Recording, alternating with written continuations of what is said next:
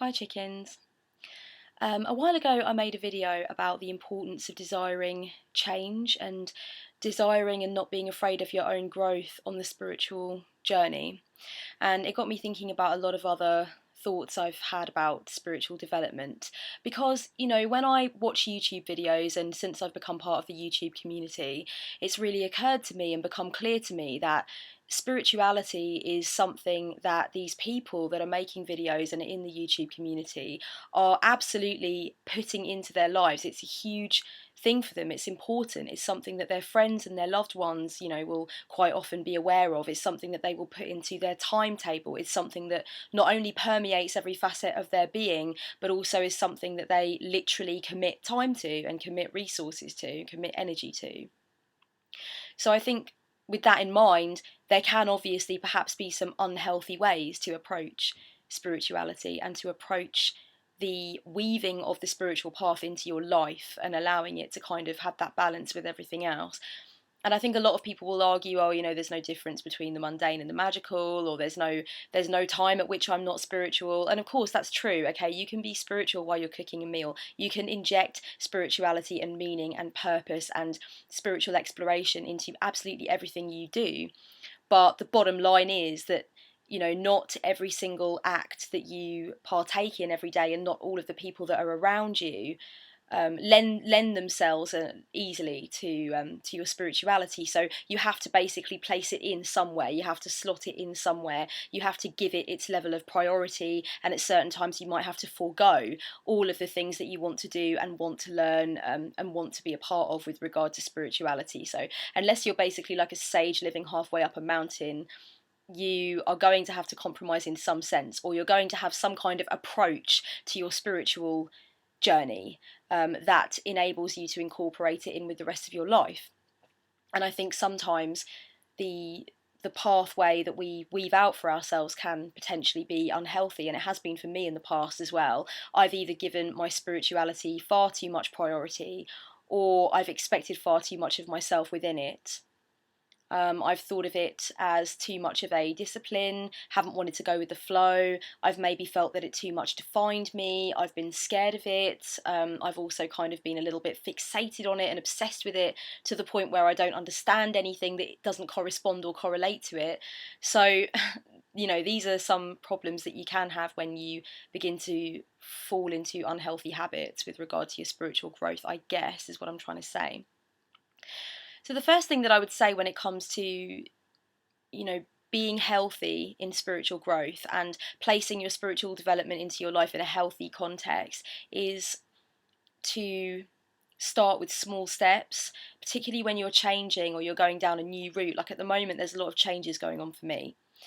And I know I've spoken about it a little bit on the channel, but basically it's kind of very thick and fast, and at the moment I'm not really sure what kind of shape it's going to take, and I'm not ready to fully commit myself to anything long term until I've just seen how these next few weeks, next few months pan out. And I trust my intuition in that. And I think when you take small steps to invite new thoughts into your spiritual path, or give yourself kind of a new lease of life with it, then you're trusting your intuition. You're saying, look, I'm not going to jump right in. I'm going to sort of sit back and wait and see if this actually goes anywhere. I'm comfortable with everything the way it is. I feel there's some new pull towards something else, whether that's a new spiritual kind of skill set, or whether it's some new ideas, esoteric ideas, new deities coming into play, whatever it is. But I'm just going to relax because I don't need to throw myself in there 100%. I'm a spiritual being. Whatever happens, whatever label I want to adopt, whatever new thing kind of feels relevant and meaningful to me, it's not something that I need to whack a label on straight away. It's something that I can start slowly with. And I think that within any spiritual context, but particularly amongst pagans and witches, labels are a big deal. And the whole idea of adopting a label can become quite toxic. And labels are a double-edged sword in a lot of ways. Like I said in my pantheism series, when I discovered the word pantheist, a lot of stuff fell into place for me. And I think when a lot of people are either diagnosed with something that they have that they always thought maybe was just something they had, or wouldn't be able to be slotted into anything particularly, that it was just their problem. That can be very liberating also.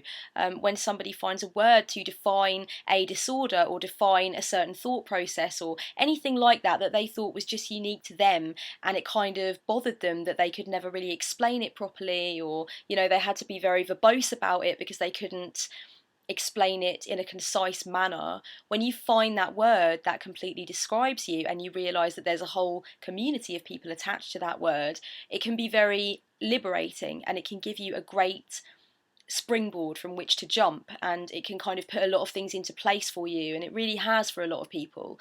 But I think at other times labels can be toxic, they can be quite dangerous. People want to stick them on very quickly without really considering the long-term consequences. Like, for example, in the past I've chosen labels for myself, and then as I've grown and as I've changed and as my spirit has altered over time, I've had to very much go back into the box with that label, and it's been a bit awkward because I've been kind of a bit verbose about it and a bit kind of final, and I've spoken about it in a way that kind of suggests finality and certainty, and going back on it feels a little bit weird, and it kind of makes you question and explore how deep your feeling is when you are 100% into something for that moment in time, when it feels so right for you and you really want to make it your own and you really want to be part of it. Then in 6 months when you look back and you realize that it was just a passing interest that spoke to you for that moment in time, then how do you feel about the fact that you wanted to stick a label on it so quickly? You wanted to kind of absorb yourself in this world and immerse yourself in it completely, and now you're kind of looking back thinking, well, that was, that was good for 6 weeks, but it wasn't where I wanted to drop anchor. I'm actually quite happy where I am, kind of thing. And there are so many springboards to jump from with any spiritual pathway. There's so much more you can learn. There's so many more avenues to go down. And as I said in another video, with the Abrahamic religions, it might be slightly more difficult because they're known as the people of the book, and their greatest resource, their only resource from which to take kind of their moral code and the way they live is the book. Whereas, pagans are very much the people of the library. So there's just so many different avenues to go down, so many wormholes. And I think, it can be very easy to believe that if you want to take certain things from something, or, you feel an affinity with something, that you need to stick the label on it. Or, you become enamoured with something and you want to stick the label on it. But I think labels come with quite a lot of baggage. They come with quite a lot of unnecessary obligation for you to adopt certain things and do certain things and buy certain things. And I think that you could do with maybe leaving the label on the shelf for a lot longer. I certainly could have in my past with various different things. I think that I made a rod for my own back by too soon showing the love to the label, rather than actually just kind of adopting a more distanced standpoint and approaching something from a more scholarly point of view where I could dip my toe in the water. And I've recently written a blog over on the Four Queens blog on Blogspot about comfort zones, and that might be useful to some of you if you're thinking of similar things or going through similar things at the moment, because it's just about really the fact that comfort zones are very much demonized a lot of the time, and comfort zones are made out to sound as though they are a way for us to be weak, or a way for us not to kind of own our power or be courageous. But in fact, really, when you think about it, your comfort zone is the boat which you stand on, and it's from that boat that you kind of dip your toe in the water, test the conditions, test the temperature before you jump in. The only time that a comfort zone becomes toxic is when you stay on that boat. You never get in, you never dive in, you never even go and sit on the decking in a deck chair, you just sit inside the boat, in bed. That's when the comfort zone becomes toxic, when you're not using it as a way to kind of like feel with your antenna and work out what's going on so you can move forward. When you use your comfort zone to kind of put yourself behind a wall, and I think this is especially true in your spiritual development, then that's when it becomes toxic. So, but yeah, as I said, I think that labels can be a great springboard sometimes. I think they can be very comforting. I think they can be inclusive. They can make you feel part of the community, and they can open up so many avenues. But I think people also need to be very careful when adopting them, and to take care that you don't feel that you have to in order to appreciate something.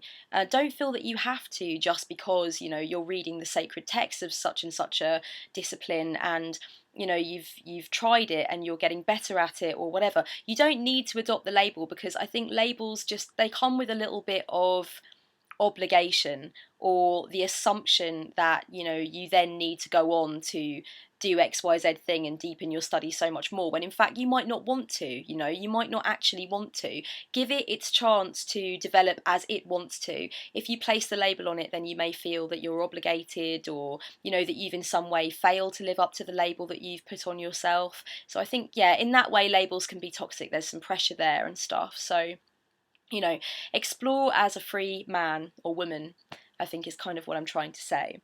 And another thing that I'd say about kind of progressing on the spiritual journey, and it's something that I've noticed other people talk about in their videos, is discipline. I think it was Ashlyn. Oh, what the hell is her channel name?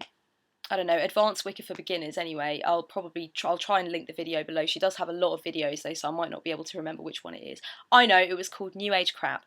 And in that she talks a little bit about discipline and about not jumping from one thing to another. And I think that's quite an interesting idea when it comes to progressing on the spiritual path and kind of maturing into it, and making it more realistic and more nourishing in the long term for you, not jumping around and not kind of jumping from one thing to another, or expecting that one class of yoga is suddenly going to make you into some kind of enlightened being that's gone to a higher plane, or you get out your runes one time and you expect to be fluent in them and be having like visions of Thor while you give the best readings you've ever given in your life. No, these things take time, of course they do, and it's a work in progress, and sometimes it's going to be really invigorating and you're going to get so much out of it and you're going to feel yourself springing forward, and then other times you're going to feel completely stagnant and completely stupid and as though you can't get as far as you want to, and that's going to feel disappointing and whatnot. So but that's the that's the wheel of fortune, that's the up and down of the cycle of learning something. You get your good days where you feel really great and you go with it, and then you get your other days where you think, God, I've got so much more to learn, I'm so small, I'm so insignificant, I feel like I haven't done anything, I feel like I'm not even half the spiritual being I want to be.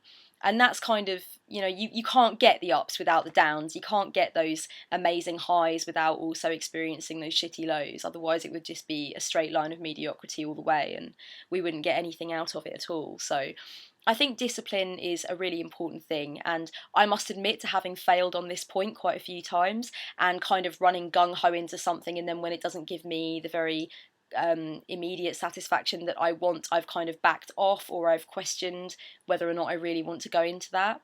But I've showed commitment in a few areas of my life. Like I learned a language from scratch. I started when I was 19 and I was fluent by the time I was about 24.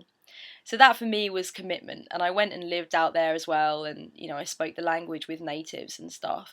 And tarot is another way in which I've shown commitment. I've shown that I am committed to a discipline, and that's been a long hard road as well. And there have been times where I felt, God, it was I had this thing where I'd call it the great leap forwards. And I think a lot of people who have been studying something for a really long time and they've gotten into their ruts and then they've had their kind of jumps forwards and then they've gotten into ruts again would agree that the great leap forwards is a very significant time in the learning process where you really do go for gold. And I had that great leap forwards about a year and a half ago now. And I think that a lot of the result from that has led me to be the reader that I am now. It was where I defined exactly what I want to do with tarot, exactly what I want to throw in the bin with regard to what other people are doing, what society expects, what society's image is of what a tarot reader is. All of that I finally felt I could shrug off and throw out and do away with. I wanted to be the kind of tarot reader I wanted to be. And on top of that, I did a mountain of book study. It almost poured out of me, this desire for knowledge with regard to tarot and everything tarot related. And it really was a great leap forward.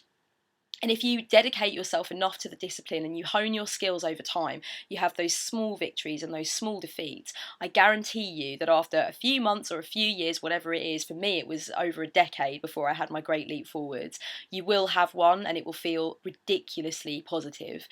and you will surprise yourself and you will almost scare yourself, and it will all feel very new and very gorgeous. So, stick with it, because I really do feel that the great leap forwards in any aspect of spiritual study is a spiritual experience in itself. It feels really almost like you're testing the possibilities of your own humanity in doing that, and you're almost watching yourself do it from behind glass and thinking, wow, that is really something that I'm doing. That, I'm really, really putting something together here, and I'm making something out of it.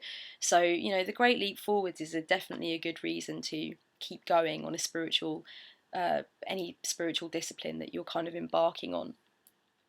And letting go as well, I think, is really difficult for a lot of us when we've stuck with something a long time. It's been part of our practice for a long time. It's a way that we define ourselves, both spiritually but also perhaps emotionally and as an individual. We have the label, we've had the label for a long time, we've nurtured it, we've kind of felt that it in some way describes us. And I think letting go of it when it no longer serves or when it no longer feels right is very difficult. And sometimes we can look back from wherever we are in our spiritual path and think, I was wrong then.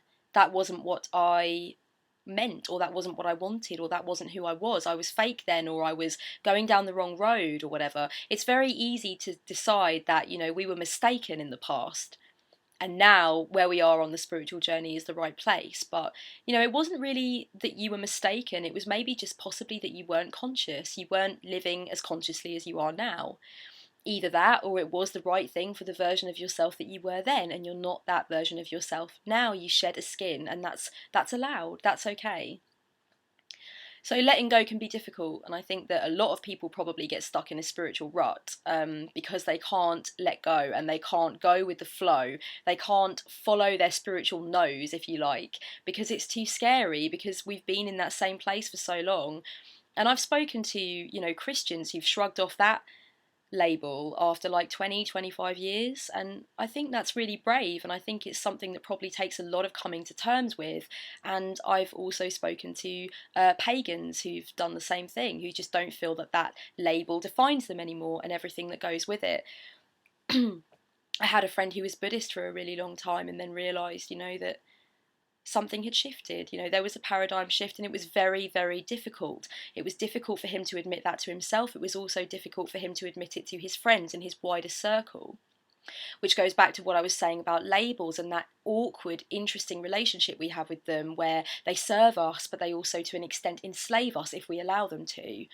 And I enjoy a good label, but I understand that the relationship needs to be balanced. It can be a tenuous link between feeling served by it and feeling ultimately enslaved by it. So letting go is one thing about spiritual progression that can be very difficult. And in paganism, I think that, in the community at large, in all facets of life, but in paganism specifically, I think ritual is a really beautiful way of finally kind of letting go.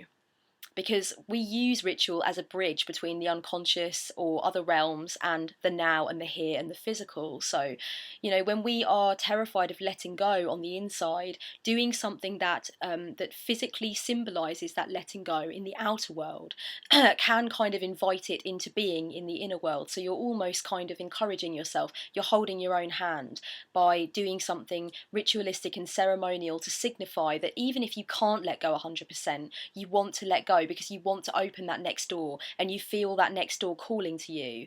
But you have to get rid of some old crap first. The crap that you thought defined you before, the crap that you thought you were, the crap that you thought empowered you, that now feels like it's holding you back, or it's somewhere you only want to visit but you don't want to live there, that kind of thing.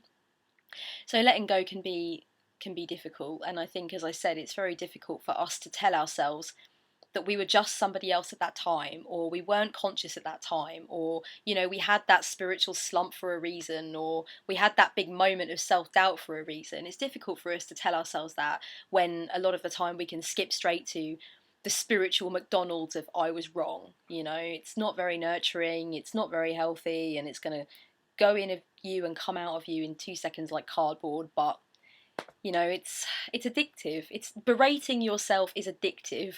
Thinking the worst of yourself is addictive. It's like a cycle. You always want to go back for another Big Mac.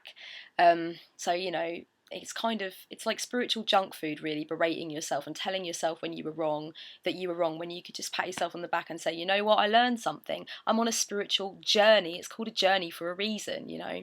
I'm going to get lost every now and then I'm going to re-find where I was and center myself, and that's going to be okay. And I think it's important as well that we take responsibility for our spiritual path, because, and this is really true of me for particularly the last year, and it's really annoyed me about myself as well, because I know I'm better than this, but I do kind of blame the outside world and blame my other obligations and the rest of my life for not having enough effort and enough energy to place into my spiritual learning and my spiritual development. And I think that that is a cop out on just about every level.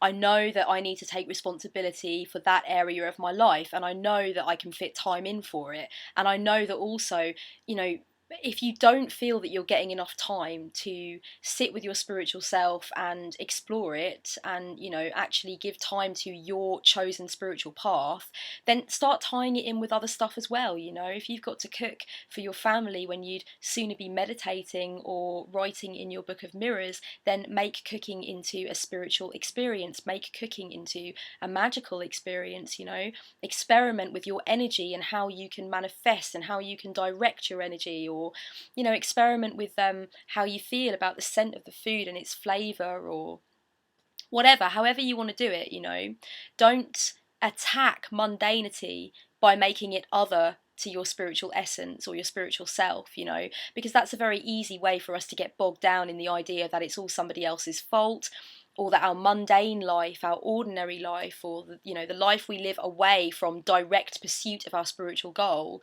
is attacking us or hindering us, or is not as good or is not magical. And that's simply wrong. Of course it's wrong. You know, every single moment of our existence is magical and miraculous and awesome, in its own way and in its own right. So I think that othering, as I like to call it, you know, pushing the mundane and the magical as far apart as they can by saying, I have to do all this crap instead of focusing on my spiritual being, that's a very dangerous attitude. And I think that uh, we're relinquishing our power in that way. We're not taking responsibility in that way.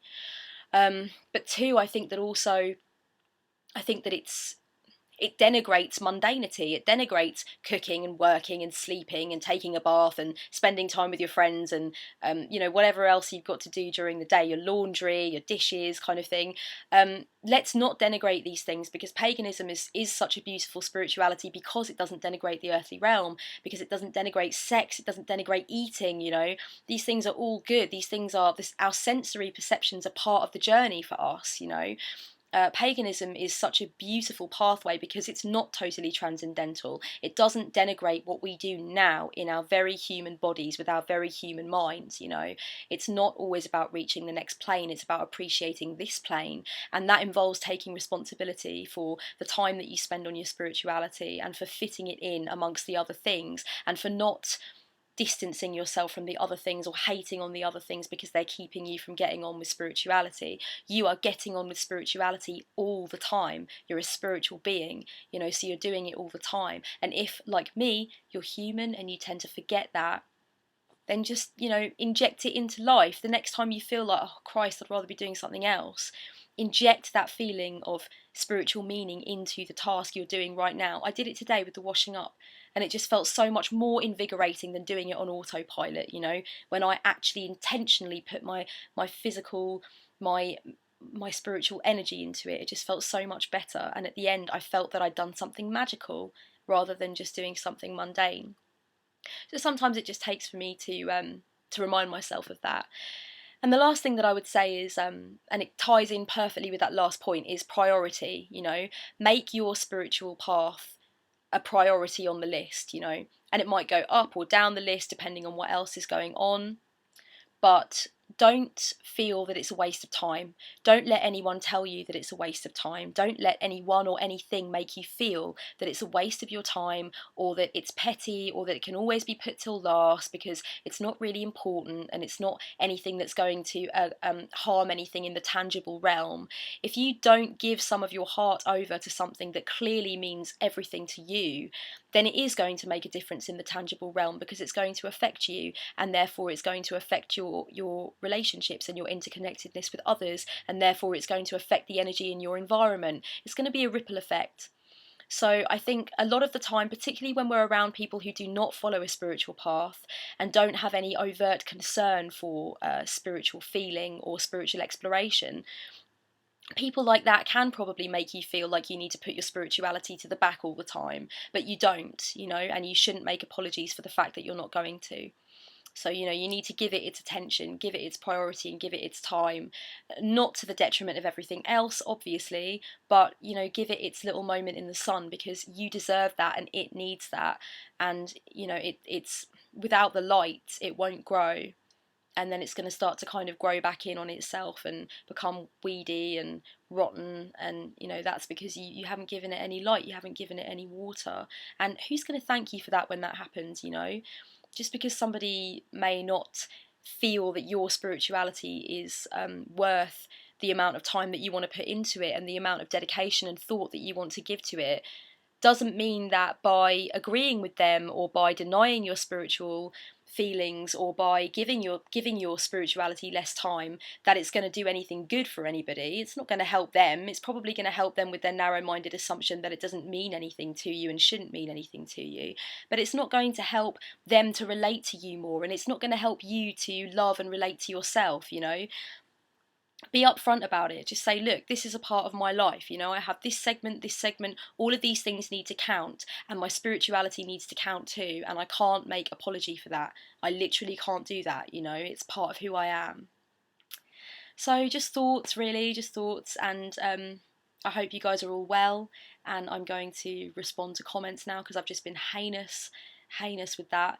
And nip over to the blog if you want more. I've been blogging away, so let me know if there's anything going on with you guys, or there's any blogs you want me to check out or anything like that. And take care, and I will see you all soon, chickens. Bye.